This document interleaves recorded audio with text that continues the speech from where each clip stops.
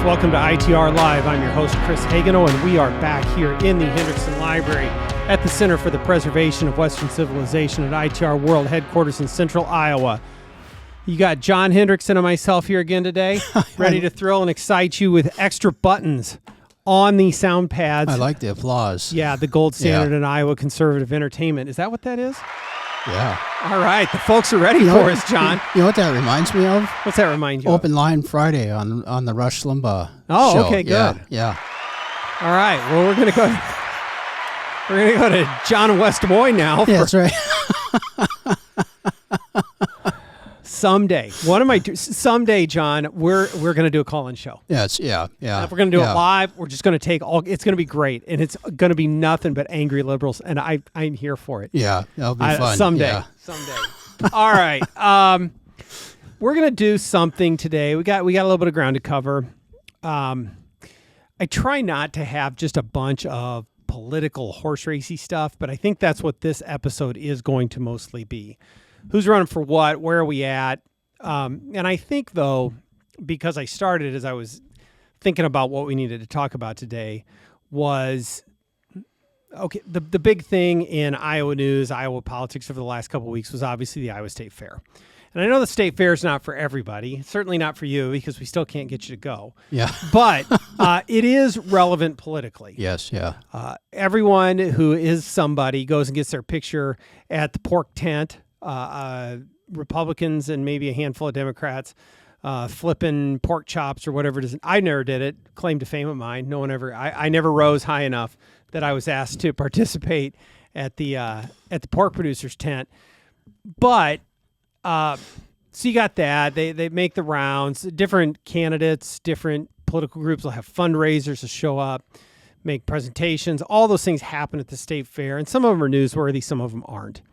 But again, you didn't go to the state fair, right? No, I did not. Yeah. No. Well, no, I did. I should have, yeah. I was out there a couple times. It was great. Loved the state fair.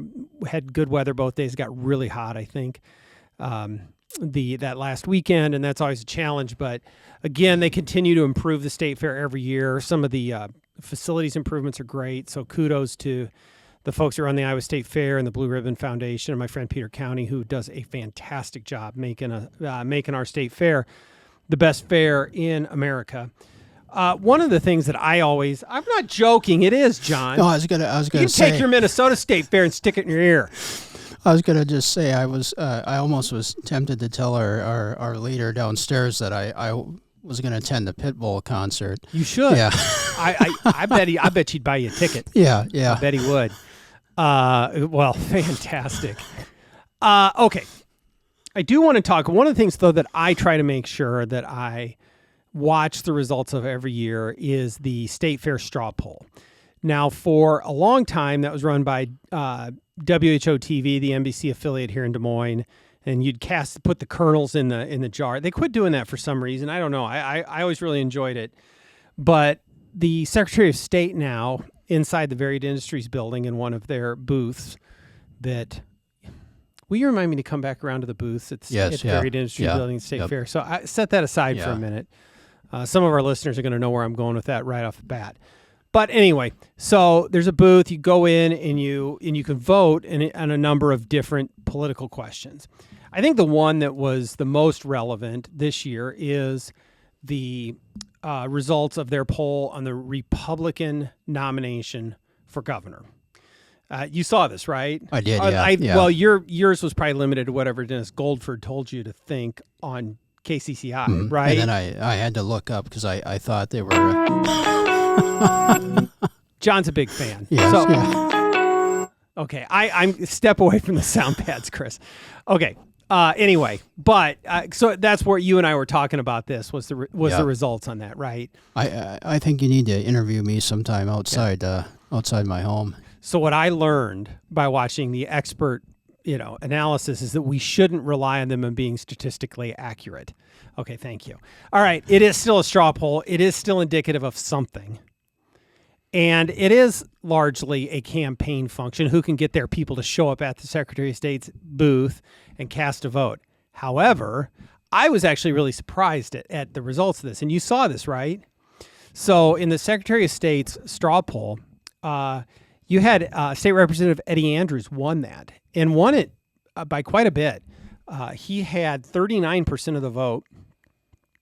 Former state Representative Brad Sherman at 29%, Congressman Randy Feenstra at 27%, and an unannounced State Senator Mike Booslow at 5%. So you saw this, right? Yes, yeah. What did you think of that? I was surprised. You know, one question I did have on that, and I forgot to ask you about this, is did all of those candidates, I know 3 of them for sure, did all of them make an appearance at the state fair? I can't speak to that. I know. And I was just I wondering think so. about that. I think so. Because I know for sure I saw an article that featured 3 of them that were. I'm sure. I know Congressman Feenstra was there, and I know. So I think all that of them. Representative Andrews is there. Yes. Yep. But and I'm sure the others were. Yes. You just I know Senator Booslow was out there. I know. Come on. Yes, they were all out there. I was give full credit to everybody for being there. But I think the surprise for me, one, I do believe that sometimes I don't know what the word is, the folks that are trying to appeal directly to conservative activists or have a certain faction of support, like Brad Sherman or Eddie Andrews, they're probably going to do a little bit better because their people are committed at a they're a little more motivated. But I was really impressed, I guess, that Representative Eddie Andrews got 39% of the vote of this thing. There's only so many people that you can organize to get to a certain place, because there were a lot of votes cast in this thing. It wasn't ones and twos. I'm not saying this means that Eddie Andrews is winning the primary or ahead or even close to ahead. I don't even think he would argue any of those things. But it's still a data point. It still shows that he's got something going on and people are responding to him. Yes, yeah. Right? And I've just, and this doesn't mean anything either, but I've just seen, yard signs popping up already, and really for only 2 candidates, one being Eddie Andrews and the other one being Rob Sand. Yep. I see a few. My route that I take between here and home drives me past 3 or 4, Rob Sand, green, Governor for All signs, and a couple of Eddie Andrews barn signs. Oh, really? Yeah, okay, yeah. I've just seen the regular yard signs. It's still really early, and I hate to be the guy about it, but money is going to matter in this race. Yes, yeah. And there is no question that Congressman Feenstra is going to have a lot of it, and that's going to matter a lot. I've been led to believe there's going to be one more entrant into this race. Oh, really? And I don't even know if we talked about this. No, we haven't, no. That would be interesting. Yeah, there's going to be one more entrant that I think is probably coming from, it is, I think if you're paying attention, you might know who it is, but probably not necessarily a household name, somebody who will come from the evangelical wing of the party to some extent, someone who is at least I think until recently, an official in state government. So I'm going to let you noodle on that a little bit, John, but I do think will be relevant in this race. So somebody that I've known a long time. Anyway, anything else you saw in the news from the state fair? Anything else? No, there was one, I think he was a Democrat senator, and the name escapes me. But there was Ruben Gallego. Yes, and they were making. I actually saw him. Oh, you did? Okay, I did. Right. Yeah, I'm glad you teased that up for me. We didn't even plan it that way. Yeah, and they were making a big deal out of that. Yeah, I was walking through that Varied Industries building, which you were supposed to remind me to come back to the booths, and then you didn't. But and he was there. If you haven't been to the fairgrounds, right there at the main entrance is flanked on one side is the Republican booth and one side is the Democrat booth.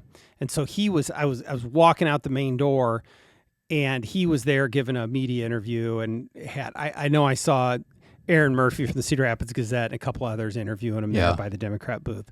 I thought what was interesting about him is some of his past comments about how much he did not like the Iowa caucuses. Really? And didn't think that Iowa should ever get to go first, and it was just fundamentally unfair. And now here he is when he wants to, rise, build a little national platform for himself, and he's out hanging around at the Iowa State Fair. Yeah. As the Iowa State Fair and the Iowa caucuses will always win out in the end, no matter what you think of it. Good. Did you anything else from him? I mean, very leftist, right? Yeah, no, I just the media was playing that up, Yeah. and then of course the free publicity that Rob Sand was getting for just judging Yeah. something, I can't remember what, which I thought was kind of over the top. Yeah. Well, buckle up, John. Yeah. Because that's coming. I'm going to take a detour here. I've got to say this. The Varied Industries Building at the Iowa State Fair, if you're not familiar, is the big indoor show area where all the vendors can come in and rent a booth. You see the Regents institutions will each have a thing there where you can get the tattoos and the poster and all that and buy some stuff. Different people selling things, different people selling water treatment systems and play sets for your house and exercise equipment and hot tubs. It's everything's in there, right? And I'm exaggerating, but about a third of the entire floor space in there is consumed by Iowa statewide officials that have these huge carpeted, well-produced displays. The state treasurer historically has had a lot of them with his name plastered all over them. We passed a bill one of my years, I don't know, it's probably been 7 or 8 years ago now, that said they couldn't spend taxpayer money on those, couldn't have their name on them. And I'm not sure we got that right because they're all still out there. They just don't have their names on them anymore. But one, where's all this money coming from? It's like, come on, does the state treasurer need all these different booths? And it's not as bad as it was when Mike Fitzgerald was around.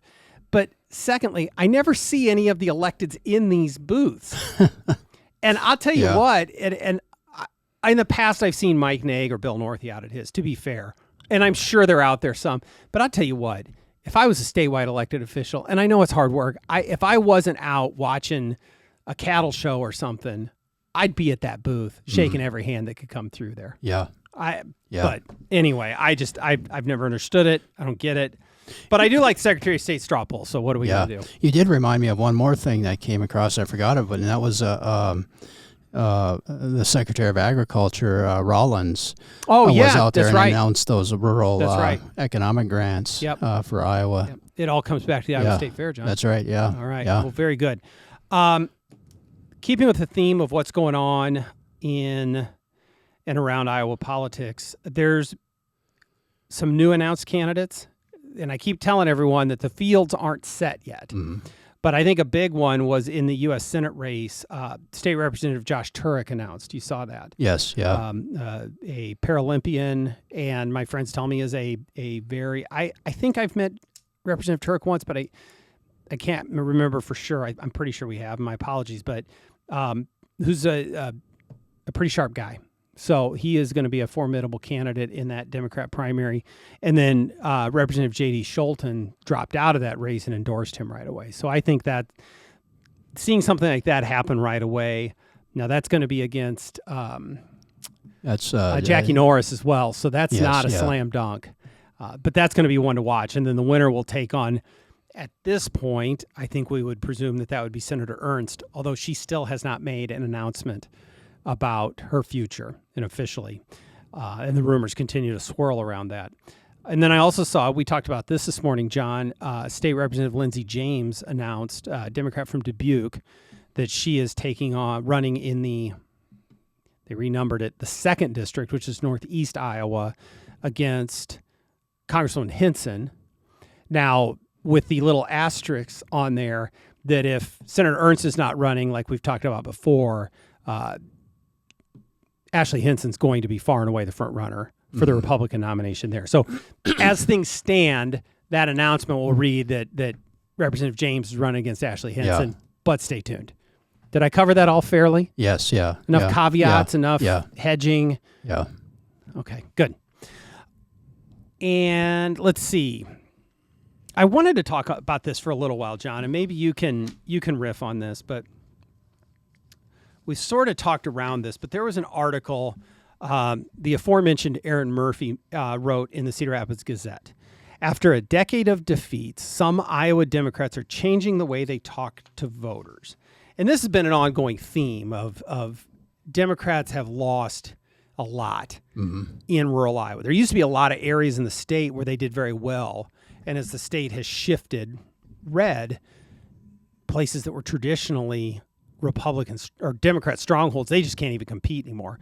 And so they're looking for this. How can they communicate? And there's a healthy dose of Rob Sand to this, but it's more than that. Did you look at this piece? I did, yes, yeah. I mean, yeah. do you have any thoughts on this? I mean, I can pull quotes out of the article, but no, I do, and this is actually not just Iowa, but this is, and we'll probably talk about the Wall Street Journal piece as well, but this is something that the Democrats are doing nationwide, and so there's a number of Democrats, not just here in Iowa, but in several states that are trying to, in a sense, remake the party, if you will, move it to the center, and there's an argument that that some of these Democrats are saying is that, we need to basically go back to sort of almost like a Bill Clinton style Democratic Party where they're going to be pro-labor, champion the working class, and try to take that back from the Republicans, and so they're focusing on bread and butter issues, on working class issues, and that's what they're emphasizing. And they're sort of, and if you look at like Rob Sand in his campaign, he's staying away from some of the radical social issues that we've seen in past Democrats that they've sort of embraced, and he's focusing more on sort of labor type issues and centrist issues, and trying to what I would say probably present himself as a centrist, and so there's been a lot of times a number of even national commentators that have put out books and articles just basically saying that how the Democrats have drifted and embraced some of these radical ideas, and I'm going to be a little skeptical here and just say that as Reagan famously said, trust what was this saying? Trust but verify. Yeah. And because I'm not buying it. Well, I absolutely buy that they want to win rural, small town, working class voters. The desire to win those voters is absolutely authentic. Yes, yeah, I agree with that. And there's a lot of work in this article, a lot of quotes from a lot of different people, and frankly, in a lot of different corners of the Democrat Party. I mean, you go from folks that hold themselves out as traditional Democrats to someone who serves as board secretary of the Iowa Farmers Union and helped form a local indivisible chapter. Yeah, that's leftist kind of stuff. Mm-hmm. My first thought is, John, good. I think that's great. They should talk to everyone. They really should. And I think part of what has happened is that I think their party stopped talking to everyone and started building coalitions that just didn't include rural voters and even turned their back on a lot of working class voters to make it a coastal, highly educated party. And I don't think I think both parties should talk to everyone with their agenda based on ideas. Yes, yeah. Right? Yeah. I mean, we can take that. So I'm glad they're doing it. Yeah. I think also, though, that I guess where I wanted to go to, and you mentioned this, it's about centrism. And I think when we talk about historically somebody like Bill Clinton and James Carville saying it's about the economy and pivoting to the middle and talking about kitchen table issues, they're exactly right. And that is important. There's a theme here, though, and it comes out in this Nathan Sage, one of the candidates, and some of the other ones that there's an element that's developing both on the right and the left where it's not about where you're at on the issue spectrum. It is about this idea that I'm going to fight, that I'm anti-establishment, that I'm anti-politician. The system is broken. It's why there is similarities from what you would hear from Bernie Sanders and Donald Trump or Ron Paul, where it's like, this whole system is broken. Yes, I want to take us someplace different. Like that message can be done from any point on the political spectrum. And there's some of it that's actually coming through here. Now, I think that's a winning message, whether it's authentic or not, because The current, you want to, in Trump world, you'd call that the swamp. Mm-hmm. But Yeah. it actually exists, and that does resonate with voters. Yeah. So I found that very interesting. Yes. You were going to say something else. Well, no, it just concerns me because I see this as kind of what happened with in Minnesota with Governor Tim Walz, who started out as supposedly this centrist, NRA endorsed, common sense Democrat that was non-ideological, and then he becomes a governor, and he becomes the DFL gets the majority of the legislature, and they what happens is a huge shift to the left, and so I don't necessarily that concerns me, and so I don't know if some of this whether you want to call it happy talk, this centrist talk is from Democrats is really if they're just trying to disguise themselves as trying to try to fool people, and that's my concern. So I just caution people to question what, and to not because a lot of this listening to some of this stuff can be just meaningless, and to question what they really stand on the issues. Well, you should question what any politician is telling you from the outset. And that goes whether you're a Republican listening to a Republican or a Democrat listening to a Democrat or any point in between. The proof is in, and because this I think feeds my point. One, have they demonstrated the thing that they're telling you? Mm-hmm. And two, are they flying under a banner that reinforces what they're telling you? And there's the difference, I think, is that, and I'm not going to be so unfair as to say anyone candidate that's running as a Democrat has to own everything that AOC and Bernie Sanders says. However, we all know that at the end of the day, that is the intellectual, the policy momentum that their party wants to go. Yeah. Right? And they may have some differences, but there's no question what you're getting ideologically by electing a progressive. They may act like they're anti-establishment or anti-politician or fighting for you or whatever, but you're getting more government. You're getting a social policy that is decidedly different than what you'd get on the right or what we've had historically in this country. And you have to lean on those themes because they are still running as that label. Yes, yeah. You can think that Rob Sand is post-partisan or that he does hold some positions that are at odds with his base, and he's taken some heat for them, and we've talked about that. Most notably recently, the issue of biological boys competing in girls' sports. He's been pretty clear on that. That's a difference, and you have to give him credit for that. But all the other things that he is still flying under that Democrat banner, and that means all the things that we've seen nationally and in Iowa. It just comes with that, and you have to factor that in when you elect these folks. And the same thing goes the other way. And you see the left constantly accusing every Republican candidate of being a disciple of Donald Trump. Yeah. Of every Republican candidate is now on board for everything that comes out of President Trump's mouth. Well, that has to cut both ways then. Absolutely. If every state legislator, every candidate up and down the ballot has to be held responsible for everything that Donald Trump says, good or bad, then the exact same thing needs to happen for every Democrat up and down the ballot, needs to have to be held accountable for every crazy thing that the squad says. Am I wrong? No. And that extends to their preferred gubernatorial candidate right now, whether it's Rob Sand or we want to talk about Lindsey James running against Ashley Hinson or Josh Trick. Hey, that's just the way we've done this. You might not like it. You might want to set out that you're different, but it is what it is. So no, I that's ultimately right. my thing, is you can have whatever roadshow or create whatever interest group, whatever AstroTurf group to go out in rural America and talk about that. But right now, and this is the problem that all of these voters are going to face once they get outside of Polk, Johnson, Lynn, and Scott County, is that Iowans, the brand is in really rough shape on the Democrat side. And they're just not buying it. Yeah. And I guess I'll sum up with this, John, and I know I've been on a long monologue. I hear a lot of my Republican friends talking about, well, I don't know, Rob Sand's going to win this. You know what? He might. I don't know. He's a good candidate. And he says a lot of things that people want to hear.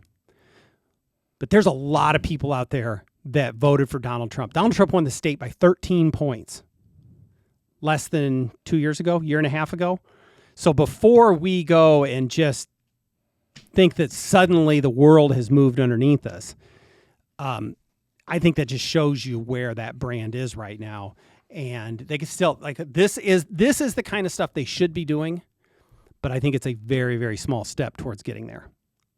Now I'm done. That's no. I think that's, I would agree, and I just think the from what I've been seeing so far in the media is that they're not.